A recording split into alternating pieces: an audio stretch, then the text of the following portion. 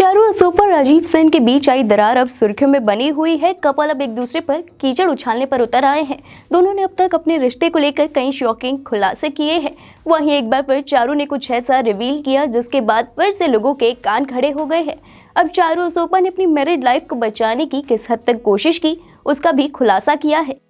चारू ने राजीव के सभी आरोपों को झूठा बताते हुए कहा कि जब भी वो शूटिंग कर रही होती थी तो राजीव उनके को स्टार्स को मैसेज कर साथ काम ना करने के लिए कहते थे। इतना ही नहीं, राजीव के बिहेवियर की वजह से वो प्रोफेशनली ग्रो नहीं कर पा रही थी।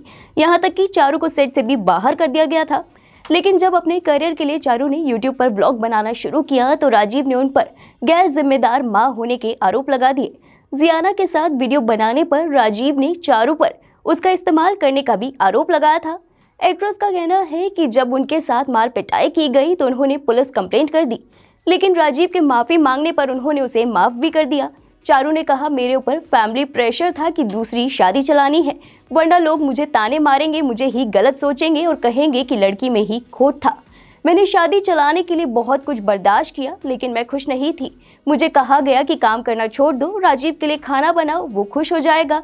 चारू ने शादी चलाने के लिए काम करना भी छोड़ दिया और परिवार पर ही पूरा ध्यान देने लगी। मगर कभी अगर उनके मेल फ्रेंड्स उन्हें हाय भी बोल देते तो राजीव को ये भी पसंद नहीं आता था। वो चारू का नाम किसी के साथ भी जोड़ देते थे। एक टाइम आया जब एक्ट्रेस को घर से बाहर निकलने में भी डर लगता था, क्योंकि उन्हें लगता था कि वो बाहर जाएंगी तो राजीव गुस्सा हो जाएंगे। चारू ने कहा कि शादी बचाने के लिए वो जो भी कर सकती थी उन्होंने किया, लेकिन कुछ भी काम नहीं आया।